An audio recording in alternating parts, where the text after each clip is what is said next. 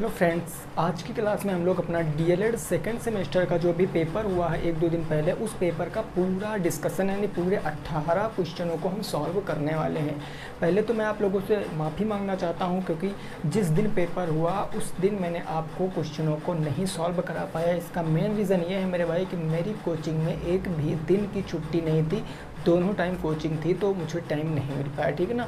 फिर मैंने आज आपके लिए कंप्लीट वीडियो 18 क्वेश्चनों की किया है, तो भले ही आप थोड़ा सा लेट देखें लेकिन जो क्वेश्चन देखें बिल्कुल एक्यूरेट करेक्ट आंसर के साथ देखें। तो आइए शुरुआत करते हैं। मैंने यहाँ पर 7 क्वेश्चन लिख दिए हैं, 6 इधर लिखे हैं और एक इधर लिखा है। पहले इन क्वेश्चनों को डिस्कस करते हैं।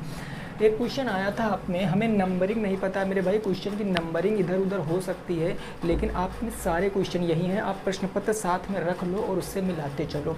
तो देखो ये क्वेश्चन था। अब ये क्वेश्चन आपको कैसे लगाना, मैंने आपको बताया था वी बोर्ड मोस्ट नियम होता है। मैंने बताया था ना वी बोर्ड मोस्ट नियम होता है आपका। वी बोर्ड मोस्ट नियम में सबसे पहले वेनिकुलम बार, जिसको हिंदी में क्या बोलते हैं, रैखिक ब्रेकेट बोलते हैं, रैखिक ब्रेकेट, या हम इसी को बार ब्रेकेट बोलते हैं। बार ब्रेकेट ऐसे लगता है, लाइन खींची हुई होती है उसके ऊपर, उस तरीके को हम बार ब्रेकेट बोलते हैं। तो अब इस क्वेश्चन में देखो, सबसे पहले आपको यहाँ पर बार ब्रेकेट दिया गया है ना, बार ब्रेकेट वहाँ पर आपको दिया गया। ये देखो यहाँ पर बार ब्रेकेट। तो सबसे पहले अगर मैं इसको सॉल्व करूँगा तो 4 में से 3 जाएगा, कितना बचेगा, 1 बचेगा। तो इस छोटे ब्रेकेट में आपका बच जाएगा 13 और माइनस का 1 प्लस का कितना बच गया, 5, और ये हो गया मझला ब्रेकेट, ये बड़ा ब्रेकेट। यहाँ है आपका माइनस के 3, ये हो गया का, फिर है आपका 7 माइनस के 2। इसको एज इट इज़ आपको लिखना है, बाकी कुछ नहीं करना है। ये जहाँ पर 125 ने 25 है, ये 25 हो गया और ये का हो गया 4। अब आपको इसको सॉल्व करना था। 13 में से 1 जाएगा तो कितना बचेगा, 13 में से 1 जाएगा तो बच जाएगा आपका 12। तो ये हो जाएगा माइनस का 12 प्लस के 5, और यहाँ आपका बचेगा 3 दूनी 6, ये 6 बच गया, और माइनस के हो गया आपका 7। माइनस के क्या हो गया आपका 7 हो गया। तो आप यहाँ पर देखो ये छोटा ब्रेकेट सॉल्व हो गया ना, ये छोटा ब्रेकेट सॉल्व हो गया, बचा आपका मंझला ब्रेकेट और भागे हो गया 18, माइनस के हो गया 25, और ये का हो गया आपका 4। कुछ नहीं करना था। ये देखो 7 5 12 प्लस में 12, देखो 7 प्लस में 5 प्लस में 7 5 12 प्लस के 12 माइनस के 12, ये तो ख़त्म। यहाँ बचा माइनस के 6, तो मंझला ब्रेकेट भी सॉल्व हो गया, यानी ये बचा माइनस के 6 इधर बचा, और ये हो गया 18 माइनस के 25, ऐसे बच गया ना ये बड़े ब्रेकेट में, और इधर आपका का आ गया 4। अब देखो कुछ करना नहीं, ब्रेकेट के अंदर माइनस है, भाग है, ये माइनस का है ना, इसको ब्रेकेट में बंद कर लो, माइनस का है और भाग है। तो सबसे पहले भाग करेंगे ना, 6 3 18, ये हो जाएगा माइनस के 3 बार में जाएगा, और माइनस के हो गया 25, ये माइनस के 25 हो गया। उसके बाद ये ब्रेकेट आप बंद कर लीजिए और का क्या कर दीजिए, 4 कर दीजिए। 25 माइनस प्लस कितना हो गया, माइनस माइनस प्लस हो गया, ये हो गया 25 3 28 इंटू के 4, ये 4 का मतलब बुरा 8 चूँकि 32 के 2 हासिल आ गया, 3 4 दूनी 8 2 10 11 112 जिनका आया था वो बिल्कुल करेक्ट है। जो ये क्वेश्चन आया था वी बोर्ड मॉस वाला, इसमें आंसर कितना आएगा, 112 आ जाएगा, ठीक है ना। बहुत ही सिंपल प्रश्न पत्र आया था आपका। अगर आपने रेगुलर क्लास से की है, चाहे जहाँ से की हूँ, है ना, अगर आपने मेहनत की है मेरे भाई, मेरा कहने का मतलब ये है, तो आप सारे क्वेश्चन करके आए होंगे। क्लियर बात। तो चलो अगला क्वेश्चन देखो। वो क्वेश्चन था, देखिए हमारी नंबरिंग गलत है क्वेश्चनों की, क्योंकि पूरा प्रश्न पत्र हमको एक बार में नहीं मिला, इसलिए हमने नंबरिंग गलत हो गई हमारी। लिखा चित्र में ए एक्स यानी ए एक्स जो है एंगल सी ए बी और एंगल बी डी सी को समद्विभाजित करता है। यदि ए बी बराबर 8 सेंटीमीटर, बी डी बराबर 15 सेंटीमीटर, ए डी बराबर 17 सेंटीमीटर, तो ए सी डी का क्षेत्रफल आपको बताना।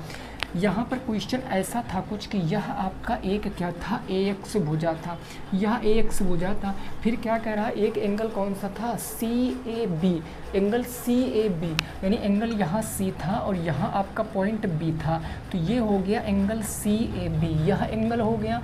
उसके बाद क्या कह रहा है, एंगल कौन सा है, बी डी सी, यानी बी डी और सी, ये ए डी हो गया। ये जहाँ ए एक्स है ये ए डी है, ये ए डी है ना, ये ए डी, तो ये हो गया ए डी सी। ऐसे ये ऐसे आपका चित्र बना हुआ था, कुछ इस प्रकार से आपका चित्र बना हुआ था।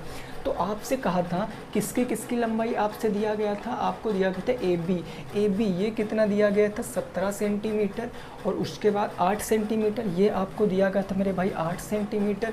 उसके बाद बी डी ये भुजा आपको दिया गया था 15 सेंटीमीटर, और उसके बाद आपको दिया गया था ए डी का मतलब ये भुजा कौन सी थी 17 सेंटीमीटर, ये 17 सेंटीमीटर। आपसे किस त्रिभुज का क्षेत्रफल पूछे है ए सी डी का, यानी ये जो त्रिभुज ऊपर बन रहा है ना, इस त्रिभुज का क्षेत्रफल आपसे पूछे है। मैंने आपको जब पढ़ाया था तो क्या कहा था, जैसे यह कोई एक क्या है आपका एंगल है, या कोई एक एंगल मान लिया, या क्या है, या मान लिया थीटा है। अगर इसके बीचों बीच से कोई एक रेखा एक्स खींच रहे हैं तो ये समद्विभाजित करने का मतलब 2 बराबर भागों में बांटेगी, यानी ये भी θ/2 होगा और ये भी θ/2 होगा।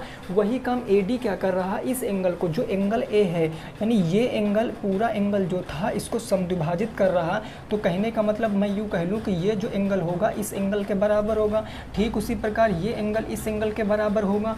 और ये भुजा जो AD है ना, AD भुजा दोनों में कॉमन है, तो ये दोनों क्या हो गए, ये दोनों सर्वांगसम हो गए। किससे, तो ये सर्वांगसम हो गए एंगल साइड से, या इसी को हम एंगल साइड एंगल भी कह लें, कोई दिक्कत वाली बात नहीं। दो एंगल एक साइड बराबर, दो एंगल दोनों में बराबर, एक साइड बराबर, तो एंगल साइड या एंगल साइड एंगल से क्या हो गए सर्वांगसम। और जब सर्वांगसम हो जाते हैं तो कहने का मतलब अगर इसको पलट देंगे तो पूरा का पूरा ढक लेगा। तो जो इस त्रिभुज का क्षेत्रफल होगा वही इस त्रिभुज का क्षेत्रफल होगा। अब यहाँ पर आप साइड अलग अलग देख कर विषम बाहु त्रिभुज का क्षेत्रफल का फार्मूला नहीं लगाओगे, क्योंकि मेन यहाँ पर मुद्दा क्या है, ये है 8, ये है 15, ये है 17।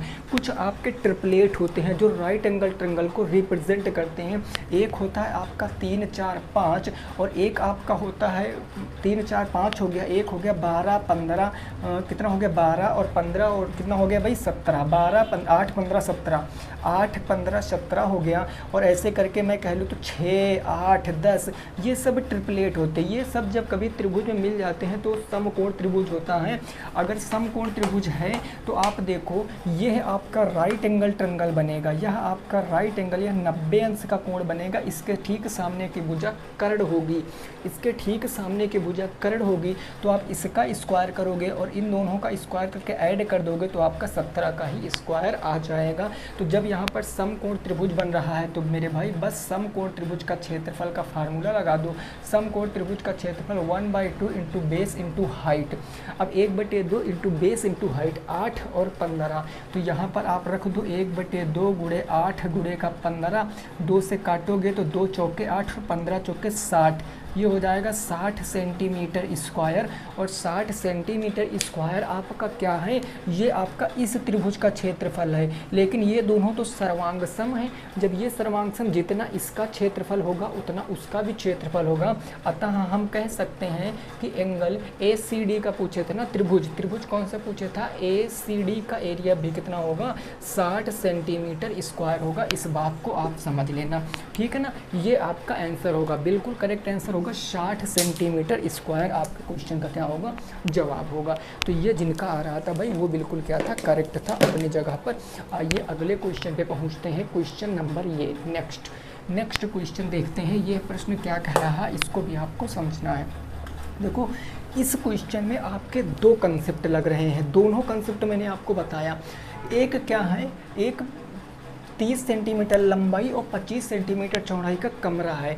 अगर कोई एक मान लिया यह कमरा है 30 सेंटीमीटर लंबाई का 25 सेंटीमीटर चौड़ाई का, इसमें वर्गाकार टाइल्स लगाने हैं। मतलब आपको ऐसे वर्ग में टाइल्स लगाने जिनकी लंबाई चौड़ाई क्या हो बराबर हो, ऐसे आपको टाइल्स इसके अंदर लगाने।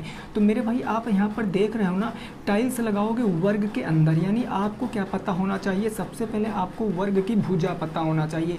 जो टाइल्स लगा रहे हो उस टाइल्स की भुजा या उस वर्ग की भुजा आपको पता होनी चाहिए। और कैसे पता करोगे इस चीज़ को, तो मैं आपको बताता हूँ। इसको पता करने का एकदम सीधा सा तरीका है। जो ये संख्याएं दी गई हैं ना 30, 25, जो आपको लंबाई और चौड़ाई दी गई है 30 सेंटीमीटर और 25 सेंटीमीटर, इनमें कोई एक ऐसी संख्या लो जो इन दोनों को डिवाइड करे। इन दोनों को डिवाइड मतलब जो टाइल्स लगाओगे तो आप छोटी पार्ट लगाओगे ना टाइल्स का, कमरे के बड़े टाइल्स तो लगा नहीं दोगे, कमरे की लंबाई से बड़ा टाइल्स तो लगा नहीं दोगे।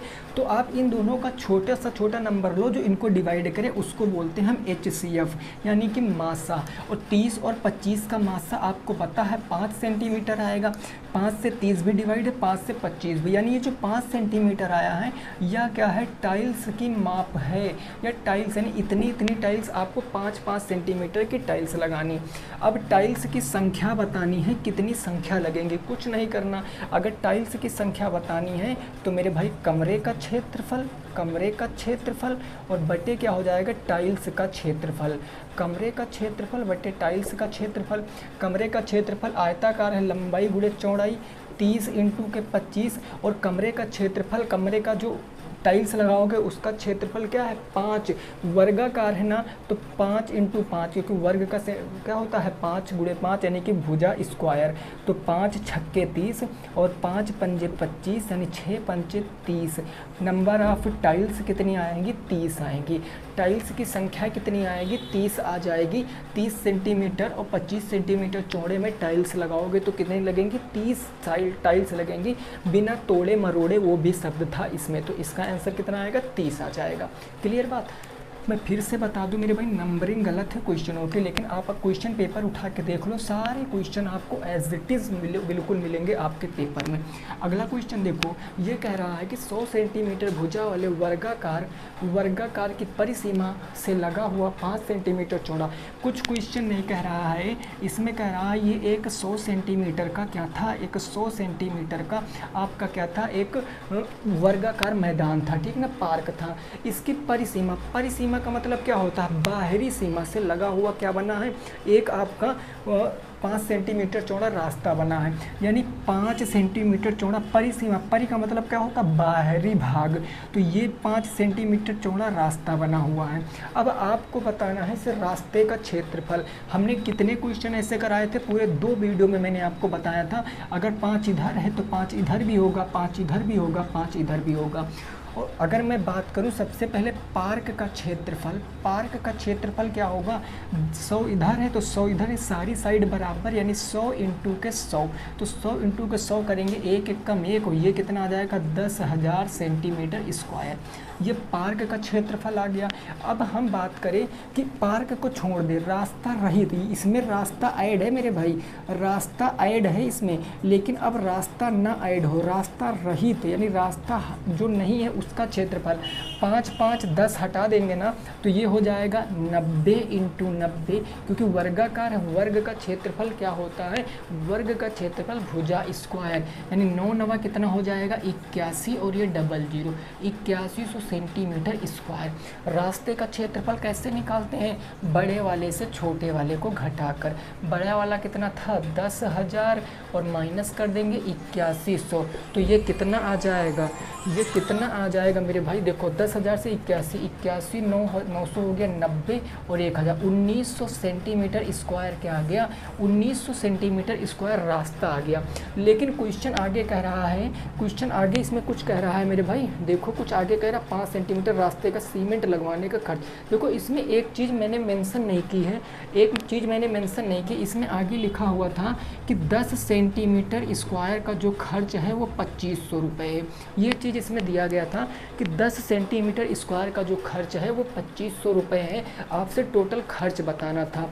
कोई नहीं, अगर 10 सेंटीमीटर स्क्वायर का खर्च है 2500 रुपये, तो टोटल खर्च बताना, यानी 1 सेंटीमीटर स्क्वायर बराबर निकाल लेंगे तो 2500 बटे हो जाएगा 10, 0 से 0 ख़त्म, ये हो जाएगा 250, यानी 1 सेंटीमीटर स्क्वायर में 250 रुपये लगेंगे।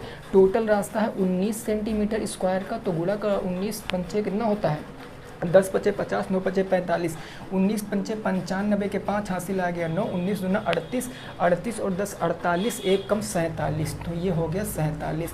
नीचे 2 1 3 0, तो ये आ जाएगा 4,75,000 रुपये आपके क्वेश्चन का सही जवाब। 4,75,000 रुपये आपके क्वेश्चन का सही जवाब। ये लाइन उसमें मेंशन थी, हम लिखने को भूल गए जल्दी जल्दी में, ये लाइन आपकी मेंशन थी। तो आंसर कितना आ जाएगा? 4,75,000 आपके क्वेश्चन का सही जवाब होगा। जिनका भी ये आ रहा था वो बिल्कुल करेक्ट है। बात समझ गए हो ना, कोई दिक्कत नहीं।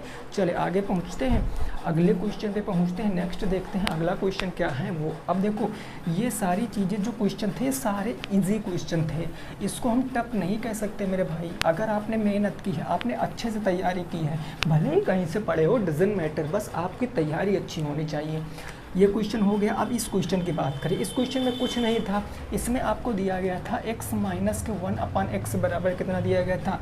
3/2। तो आपसे पूछा था x स्क्वायर प्लस के 1/x स्क्वायर का मान। कुछ मत करो, इसका स्क्वायर करके माइनस के 2 करना है बस।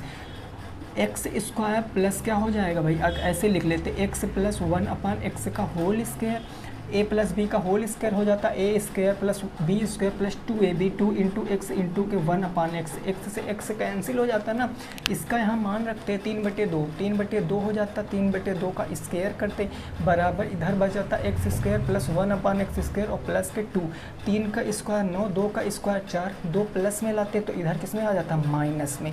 तो ये हो जाता एक्स स्क्वायर प्लस के 1/x स्क्वायर। 4 दूनी 8, 9 में से 8 जाएगा तो 1/4 आपके क्वेश्चन का जवाब आएगा भाई। 4 दूनी 8, 9 माइनस 8, 1/4 आपके क्वेश्चन का क्या आएगा? जवाब आएगा। तो इस प्रश्न का आंसर कितना आएगा? 1/4 आ जाएगा। या सीधे आप यहाँ पर ये करना है रहता है, जब भी कभी इस फॉर्म में दे इसका वैल्यू पूछे तो आपका होता k स्क्वायर माइनस के 2, यानी इसका स्क्वायर कर लो, 3 माइनस 2 का होल स्क्वायर करोगे तो 9/4 माइनस के 2, 4 दूनी 8, 9 में से 1 8 गया, 1/4 उत्तर ये होता। और अगर यही कहीं क्यूब में पूछ लें, क्यूब में, तो क्यूब में क्या होता है? k क्यूब माइनस के 3 के। बस ये सारी चीज़ें नॉर्मल सी हैं, अभी आपको पता होंगी, मैंने बहुत सारे क्वेश्चन कराए। तो अगला क्वेश्चन, नेक्स्ट क्वेश्चन देखो क्या है, अगला प्रश्न है ना। अगला प्रश्न देखो क्या है, उस बात को समझिए। ये प्रश्न कह रहा है कि 5y/3 प्लस के 1 बराबर के 6। ये जो क्वेश्चन था 5y3 प्लस के 1 बराबर के 6, ये क्वेश्चन, ये आपका 18 नंबर क्वेश्चन था। और बताओ, मैंने कहा था ऐसा प्रश्न आएगा, उत्तर की जांच भी इस प्रश्न में आपको करनी थी। तो इस प्रश्न में हम अगर देखें, प्लस को 1 ले जाएंगे उधर हो जाएगा, तो 5y/3 और प्लस 6 एक कितना हो जाएगा? 6 प्लस 1, यानी 5y/3 बराबर के 6 एक कितना हो गया? 7 हो गया, है ना। ये भाई 5y/3 और ये 6 एक कितना हो गया? 7 हो गया। कोई दिक्कत नहीं, लेकिन एक बात को आपको समझना है। एक बात आप यहाँ पर समझो मेरे भाई। क्या समझोगे आप मेरी बात को? अब अगर 5y/3 7 त्रिक 21, 5y बराबर 7 या 21, तो y बराबर के 21/5 आएगा। अब एक बात आप देखो, अगर इस चीज़ को रख के यहाँ पर मान एकदम करेक्ट आ रहा तो आंसर सही, नहीं तो दूसरा लॉजिक मैं आपको बताऊंगा क्या करना था। पहले अभी देखो हमें पता नहीं आंसर क्या आएगा, सॉल्व करता हूँ। y की वैल्यू अगर मैं 21/5 रखूँगा, 5 की वैल्यू 21 बटे में हम क्या रखेंगे? बटे में 5, 21/5 और बटे क्या हो जाएगा आपका? 3 प्लस में 1, प्लस में कितना है? 1 बराबर के 6। तो यहाँ 5 से 5 कैंसिल, ये हो जाएगा 21/3 प्लस में 1 बराबर के 6 और 3 7 21, 7 और प्लस 1 कितना हो गया? 8 बराबर के 6। कहने का मतलब ये हमारा उत्तर की जांच करेक्ट नहीं आ रहा, तो ऐसे नहीं करना था। फिर आपको कैसे करना था वो मैं आपको बताता हूँ। अब आप देखो, यहाँ पर आप डायरेक्ट 3 को उधर अभी तक भेजे थे, वो गलत हो गया था। आप इसके नीचे बटे 1 मानोगे, हर बराबर करोगे 3 से नीचे गुणा, 3 से ऊपर गुणा, तो ये हो जाएगा 5y प्लस के 3 और बटे 3 एक कम 3 बराबर के 6। तो 6 तियाँ कितना हो जाएगा? 18 हो जाएगा। 5y प्लस के 3 बराबर के 6 तियाँ 18, 3 उधर जाएगा, तो 5y बराबर 18 माइनस के 3, यानी y बराबर के 15। ये 5 बटे में 5 तियाँ 15, y बराबर के 3 आ गया। अब y बराबर 3 आया तो उत्तर की जांच यहाँ पर कर लो, क्या आपका आ रहा है?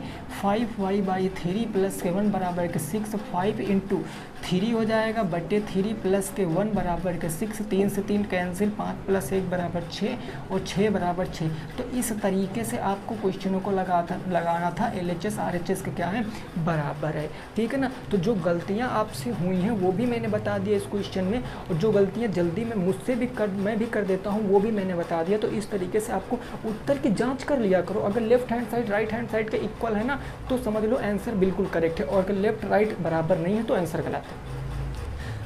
ठीक है ना। चलो, जिसमें उत्तर की जांच करने को कहेगा उसमें यही होगा। अब देखो अगला प्रश्न आ गया, ये प्रश्न, इसमें कुछ करने की ज़रूरत थी, पूछो जरा, इसमें कुछ करने की ज़रूरत थी? कुछ भी नहीं ज़रूरत थी। लिखा है 4x प्लस के 5 और क्या बताना है?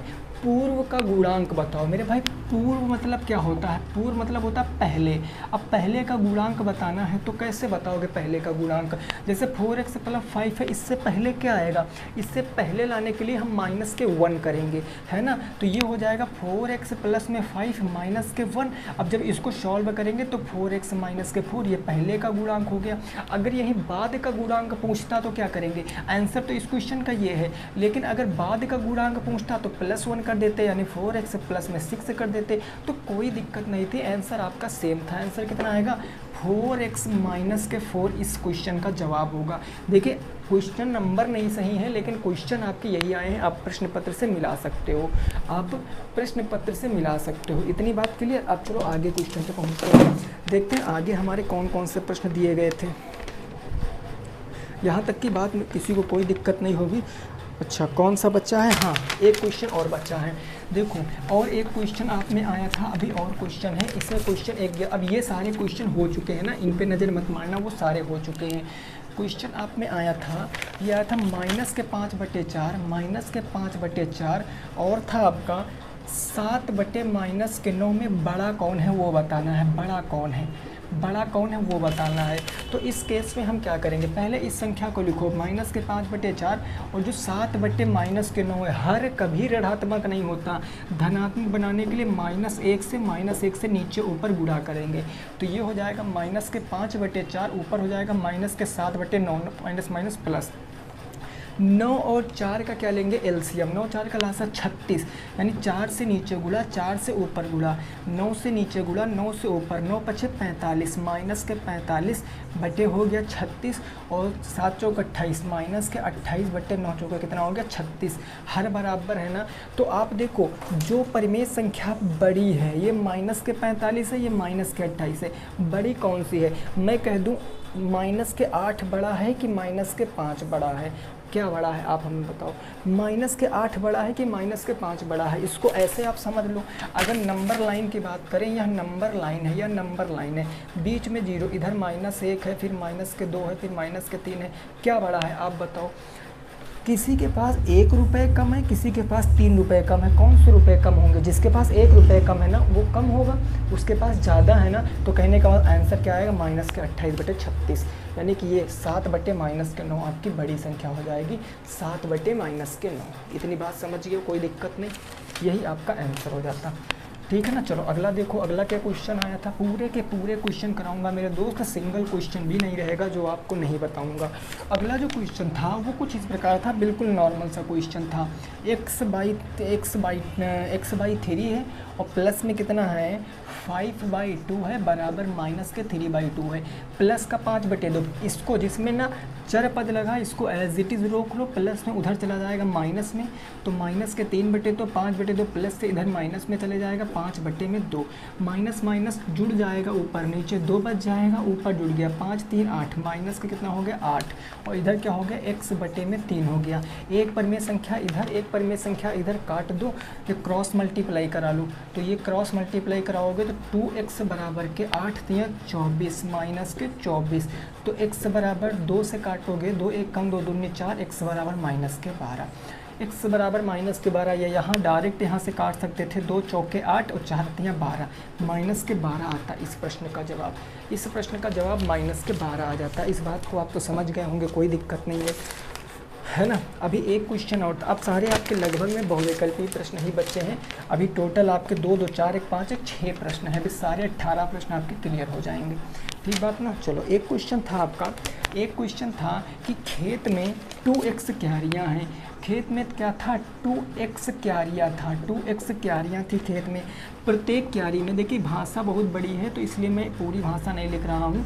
प्रत्येक क्यारी में क्या थे, प्रत्येक क्यारी में XY पेड़ थे, प्रत्येक क्यारी में XY पेड़ थे, ठीक है ना। प्रत्येक पंक्ति में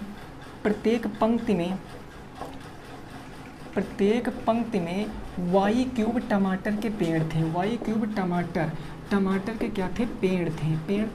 तो क्वेश्चन कहा था कुल पेड़ बताओ यदि x बराबर कितना दिया गया था, x बराबर 2 और y बराबर कितना दिया गया था, 4। इस प्रश्न में क्या कुछ था, प्रत्येक कितनी क्यारियाँ हैं, 2x क्यारियाँ हैं, और प्रत्येक क्यारियों में कितनी पंक्तियाँ हैं, प्रत्येक क्यारी में कितनी पंक्तियाँ हैं, जरा देखो। ये प्रत्येक क्यारी में पंक्ति हो गई, ये पंक्ति, प्रत्येक पंक्ति में XY पेड़ हो गए, तो XY पेड़ हो गए, और प्रत्येक पेड़ में कितने टमाटर लगे हैं, y क्यूब टमाटर लगे हैं। बस इसको सॉल्व करते तो 2x square y cube, 2x square y की पावर 4 आ जाता, y की पावर 4। इसमें आप x बराबर 2 रखो तो 2 इंटू 2 का क्या हो जाता, स्क्वायर, y बराबर 4 रखो तो 4 की पावर कितनी हो जाता, 4। जब सॉल्व करते 2 गुणे 2 का स्क्वायर 4 और 4 का स्क्वायर 4 चौक 16 चौक 64 चौक 256, ये आ जाता 256। 4 दूनी 8, ये हो जाता 8 इंटू 2 5 पे 6 और 8 छंग 48 के 8 हासिल आ गया 4, 8 पंच 40, 4 44 हासिल आ गया आपका 4, 8 दिन 16, 4 20, 2048। क्वेश्चन 2048 आपके पेड़ होते। एक बार चेक कर लो क्या इतना ही आ रहा था। y बराबर आपने रखना है 4, देखो अगर 4 इंटू 4 इंटू 4 इंटू 4 बार करोगे, 4 चौके 16 चौके 64, 4 चौक 16, 6 चौके 24, 24 एक 25, 256 और 4 दूनी 8 इसका गुणा का 8 दूनी 16 और 8 पंच 40, 16 4 20, 8 छंग 48, 2048 बिल्कुल सही आंसर है मेरे भाई। जिनका भी 2048 आ रहा था वो बिल्कुल करेक्ट आंसर है। चलो अगला देखते हैं ना, अगला देखते हैं अगला क्वेश्चन क्या कह रहा है। ये क्वेश्चन हो गए इतने। देखो नेक्स्ट एक अब बहुविकल्पीय प्रश्न थे जो कि बिल्कुल ही सिंपल थे, उसमें क्या था वो जरा हमें बताना। देखो क्वेश्चन ये था, ये एक क्वेश्चन आया था बहुत ज़बरदस्त जो मैंने आपको हाल फिलहाल में कराया था। कहा था कि दो त्रिभुज हैं वो क्या हैं, समरूप हैं। दो त्रिभुज क्या हैं, समरूप हैं। अगर उनके क्या भुजा के अनुपात दिया गया था, भुजा का अनुपात यानी कि रेशियो दिया गया था 3:4। तो आपसे पूछा था त्रिभुजों के क्षेत्रफल का अनुपात क्या होगा। अभी लास्ट क्लास में मैंने आपको ये बताया था कि क्या होता अगर दो त्रिभुज समरूप हैं, मैंने ये पॉइंट लिखाया था। यदि त्रिभुज समरूप हैं, दो त्रिभुज समरूप हैं, तो मैंने कहा था जो उनकी भुजाओं का अनुपात होगा, ठीक है ना, वो बराबर होगा। किसके बराबर होगा, माध्यिका के अनुपात के, है ना, माध्यिका की भुजा माध्यिका के बराबर, और माध्यिका के साथ साथ वो परिमाप के भी बराबर होगा, और ये परिमाप के साथ साथ ऊंचाई के भी बराबर होगा, ये सारे अगर समरूप हैं तब बात आती है। ये इतनी बात। लेकिन यहीं अगर मैं क्षेत्रफल की बात कर लूँ, त्रिभुज के क्षेत्रफल अगर समरूप है, त्रिभुज के क्षेत्रफल की बात कर लूँ तो इन सब का वर्ग होता है, परिमाप है तो परिमाप का वर्ग, ऊंचाई है तो ऊंचाई का वर्ग, माध्यिका है माध्यिका वर्ग, भुजा है तो भुजा का वर्ग। जो 3:4 था तो 3:4 था, इनका वर्ग कर दो बस। 3 3 9, 4 चौके 16। यही आपका उत्तर था। एक लाइन का प्रश्न था, फ्री के नंबर थे इस प्रश्न में। कितना आंसर आ जाता, 9:16 आ जाता बस। ठीक है ना, इतनी बात समझ गए हो ना। अब चलो, अब देखो जो बहुविकल्पीय प्रश्न है उनका आंसर मैं फटाफट से बता दे रहा हूँ। उन प्रश्नों को आप देखो क्या कह रहा है। उन प्रश्नों को देखो, पहला प्रश्न उसका उत्तर था इनमें से कोई नहीं। जो पहला प्रश्न था उसका उत्तर था इनमें से कोई नहीं। अब क्वेश्चन मैंने नहीं लिखा है लेकिन मैं बता दे रहा हूँ। क्वेश्चन नंबर 2 क्या था, क्वेश्चन नंबर 2 का योग तत्समक अवयव बताना था ना, योग तत्समक अवयव बताना था। देखो योग तत्समक अवयव का क्या मतलब, मान लिया कोई नंबर हमारा, कोई नंबर दुनिया का कोई नंबर, मैंने मान लिया अल्फ़ा हमारा एक नंबर है, अल्फ़ा हमारा कोई नंबर है, इसमें कौन सा नंबर जोड़ो, इसमें कोई एक ऐसा नंबर जोड़ो कि यही नंबर प्राप्त होना चाहिए, कोई एक नंबर जोड़ दो जिसमें हमें अल्फ़ा ही प्राप्त होना चाहिए। तो यहाँ पर मैंने मान लिया कि मैं बीटा जोड़ रहा हूँ, एक अल्फ़ा नंबर है उसमें मैं बीटा जोड़ रहा हूँ, हमें अल्फ़ा ही प्राप्त होना चाहिए। तो बीटा बराबर क्या हो जाएगा, अल्फ़ा माइनस अल्फ़ा, यानी बीटा बराबर 0। वह संख्या क्या है, 0।